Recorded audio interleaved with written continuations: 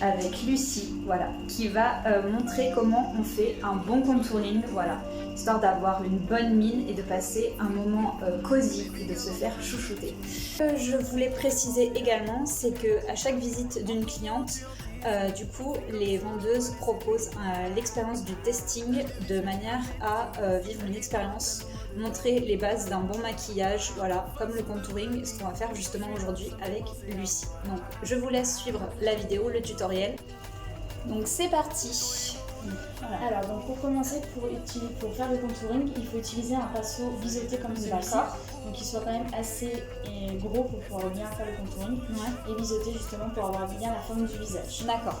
Je le montre peut-être le pinceau, histoire de... Voilà, ça, bien biseauté comme ceci. D'accord.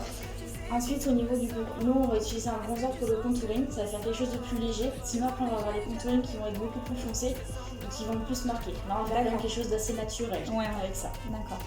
Donc, pour commencer, on prélève un tout petit peu la matière. On enlève aussi le surplus qu'il y a sur le pinceau. D'accord. Et ensuite, on va demander à la cliente, voilà. Donc, appliquer le contouring, ça va être juste en dessous de la pommette. Oui, en dessous de l'os en fait, justement. Tout à fait, d'accord. Juste ici. Ouais. Donc on va commencer par venir déposer la matière pour ensuite venir l'étirer. D'accord. Pour justement éviter qu'il y ait des surplus quand on l'applique et que ça fasse des gros traits, que ce soit au début ou vers la fin. D'accord. Il ne faut pas hésiter à reprendre un petit peu pour marquer. Et est-ce qu'un contouring en été va être le même qu'en hiver, justement? Parce que forcément, je pense que la teinte est différente, on va dire. Alors non, ce ne sera pas la même chose, tout simplement, voilà, parce qu'en été, on va avoir une carnation qui va être plus foncée avec le bronzage, le soleil et tout ça. D'accord. Alors qu'en hiver, on va sur quelque chose sur des teintes un petit peu plus ternes, un peu plus claires. Donc on va varier aussi au niveau de la couleur du contouring. En été, on va plutôt prendre des tons un peu plus chauds, un peu plus foncés, justement, pour rester dans les mêmes tons, pour éviter d'éclaircir le visage. D'accord. Et en hiver, prendre des teintes un petit peu plus claires. Comme là, par exemple, j'ai pris une teinte assez claire, j'ai pas pris la plus foncée. Parce que vous n'avez pas non plus une carnation qui est très foncée. Moi, je suis claire de nature déjà. Voilà, donc pour éviter justement que ça fasse très grosse barre et que ça soit pas très naturel. D'accord. Pour mieux éviter. Donc pour appliquer, vous faites des petits mouvements circulaires pour bien étaler la matière. Et on étire la matière jusqu'à l'oreille en fait, c'est ça. D'accord. Vous remontez bien. D'accord. Et bien penser à estomper justement pour éviter d'avoir des grosses marques de démarcation. D'accord. Il faut faire comme un 3 alors finalement, il faut passer en dessous de l'os, revenir et après marquer un peu la mâchoire. C'est ça.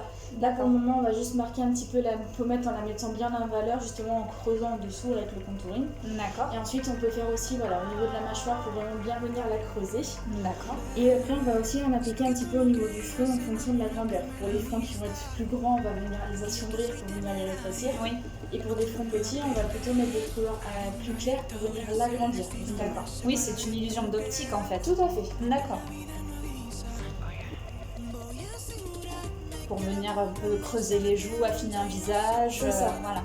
Affiner un nez aussi, ce genre de choses. Tout à fait. Même affiner par exemple une lèvre pour vraiment la faire ressortir. On peut aussi jouer avec le contraste entre l'anti-cerne et les bronzers justement pour venir donner du volume. Voilà. D'accord.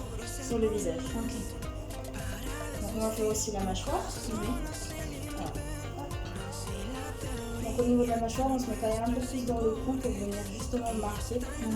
Pour éviter qu'en fait on voit beaucoup la démarcation juste ici. D'accord. Donc toujours la même chose, on dépose un peu la matière et ensuite on vient la travailler pour l'étaler justement un peu partout.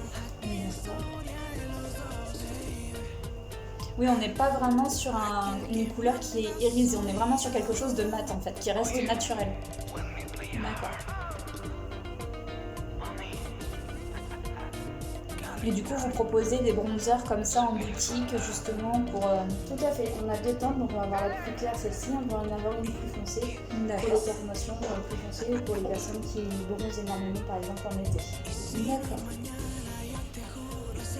Oui, parce que quand on perd son bronzage, on va dire, ça sauve un peu, on va dire. C'est ça. Ça sauve un peu la mise.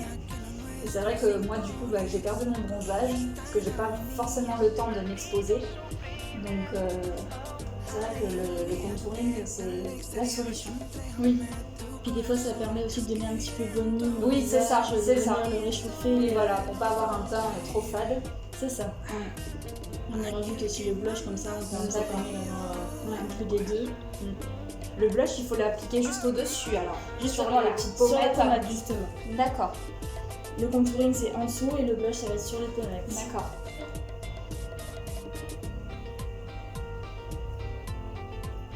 Et donc pour trouver la couleur idéale pour le contouring justement, comment on fait par rapport à la carnation de peau? Alors ce qui est pratique c'est qu'avec les poudres, ça permet de choisir l'intensité. Donc on peut faire quelque chose d'assez léger comme on peut faire quelque chose d'assez foncé, d'assez marqué. Donc au niveau de la carnation, ça dépend si on a une carnation plutôt faible, donc quelque chose d'assez clair, Oui. ou si on a une carnation qui est beaucoup plus chaude, ou on est sur des teints un peu chauds. Ça va dépendre, mais voilà. Et après ce qui est bien c'est qu'on peut varier au niveau de l'intensité. Si on veut faire quelque chose d'assez léger, on peut, ou si on veut faire quelque chose de plus marqué, après il faudra juste bien retravailler par-dessus plusieurs fois, justement pour le marquer un peu plus. D'accord.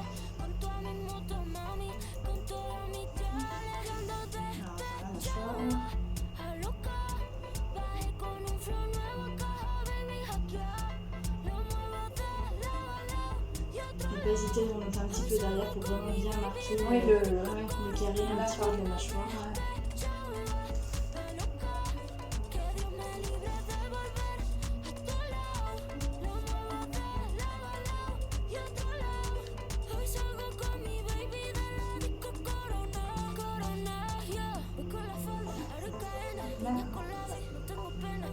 Et voilà. Ok, bah écoutez, c'était très agréable.